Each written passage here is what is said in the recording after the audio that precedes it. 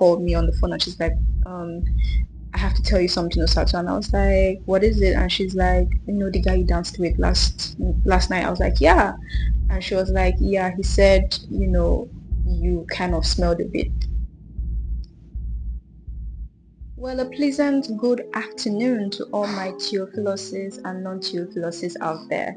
If you're new to this channel, my name is Osato, your host, and I shall be the one curating the topic today. I don't think I know the meaning of curating and if I'm using it in the right sentence, but please just go along with me. Anyways, we're going to be talking about a TMI topic today, kind of. So hygiene, where do we start from? I think we start from the fact that hygiene is actually relative to culture. Before leaving the shores of Nigeria over 6 years ago, I thought that everybody had their bath at least once every day, regardless of gender. And then when I crossed the shores of Nigeria, I found out that, yeah, that's a lie. That's a bloody lie. It just depends on how you grew up, how your parents trained you, which for some people was incorrect, for some it was downright barbaric. But then that's just my opinion, not trying to disrespect any other person's culture. I arrived at the shores of this great country, China, and I learned very quickly that they don't do certain things like brush their teeth. They do, but it's not the everyday way we do it. And then when it comes to their showers, they don't do it every day. And they seem to have good reasons why they don't do that. But when I learned about that, I was very much appalled and confused. But then over the years, I slowly learned to accept it, mind my business, and follow the ways of my motherland. Alright, so how do we start this video? Now, when it comes to my own personal culture, like I said, it also depends on, everybody's household. Growing up, I wasn't really the child that always had the attention of my parents, and that's just what it is. They had to work, there was a lot going on, so I kind of had to figure it out by myself. And because of that, it led to a lot of embarrassing moments, a lot of things that I felt like could be personally avoided. And that's why I'm actually doing this video, for the ones who don't have the elder sister, or maybe your parents are busy all the time and there's no one to teach you certain stuff. That's what I'm here for. So we're going to start with number 1. Brush your teeth at least twice a day, especially after you've had certain meals.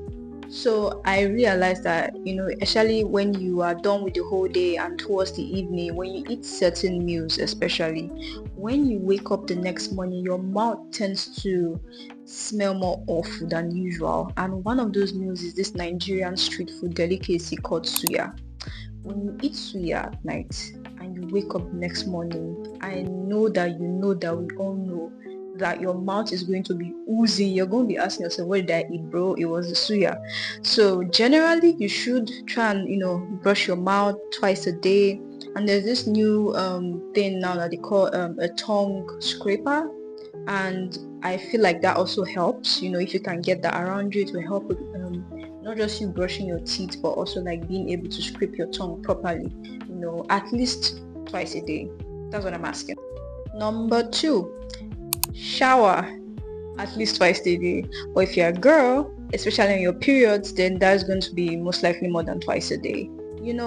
That is where the shock at the Chinese culture, came from. I was like, when these girls have their baths scarcely, how do they do it on their periods?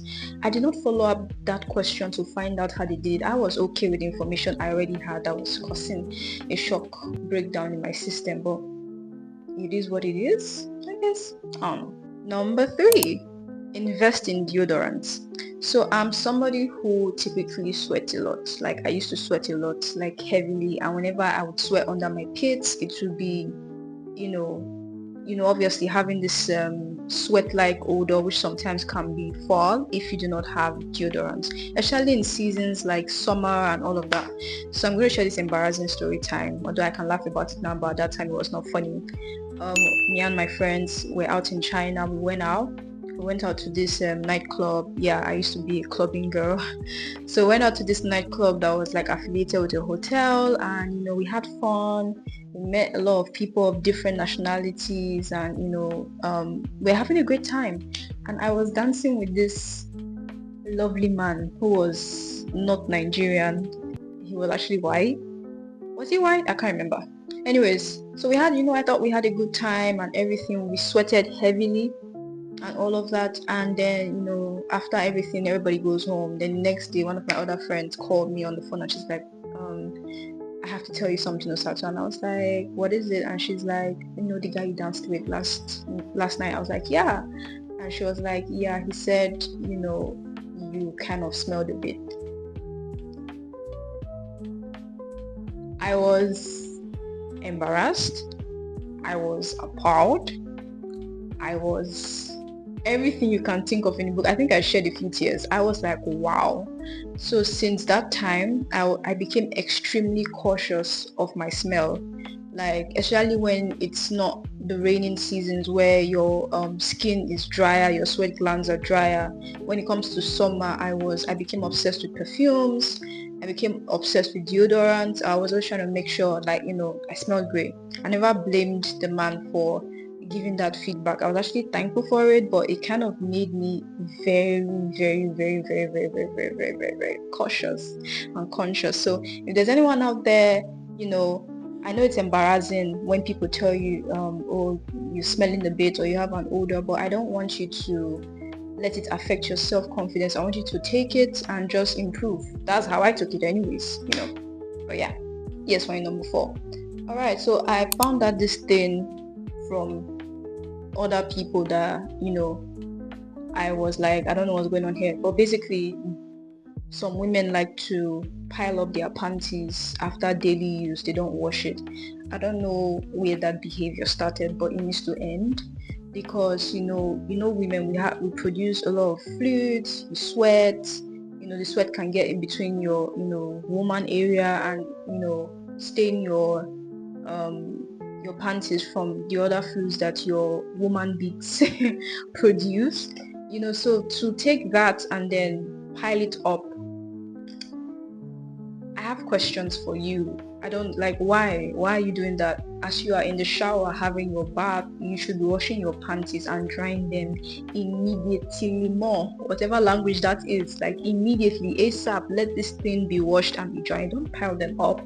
That's like storing up all kinds of bacteria. I'm very sure if you give it enough time, you see another colony will start growing from a bunch of panties. Now we have a new continent. Like, girl, no, that's what I'm here for. You correct that. Number 5, when you pee, when you're taking the tissue to clean, please clean from the front to the back. Ladies, men, I don't know, men be behaving like cavemen, pee everywhere, whatever. They don't seem to be having problems with that. But for women, it's too easy when you are swiping the wrong way to carry bacteria from the back to the front and causing all sorts of issues. So I would advise that whenever you're peeing, to reduce the amount of times you have UTIs, make sure you're wiping from the front all the way to the back. Howla, we good? All right. Number 6, wear your panties according to the clothes you have on. There are the right kind of panties for the right kind of clothes. If you're going to wear like bodycon dresses, there's kind of panty you should wear for that. If you're going to wear tight slacks, there is a kind of panties you wear for that. Then you also wear your panties according to your time of the month. I don't know why you'll be wearing a G-string when you are on your period.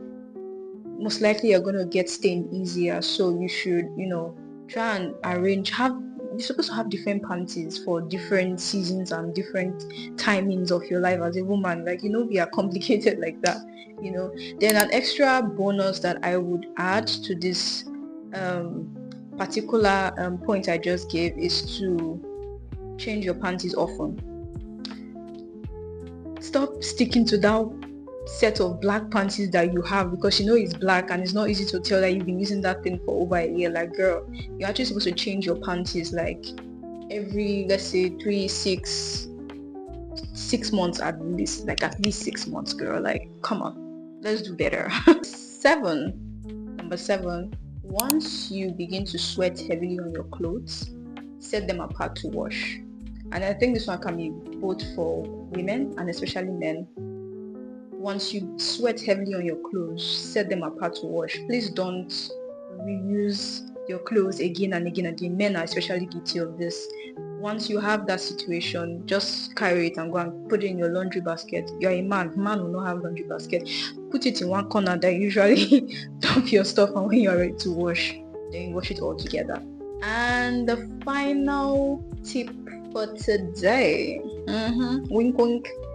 If you're a man or if you're a woman, this is actually a doctor's advice.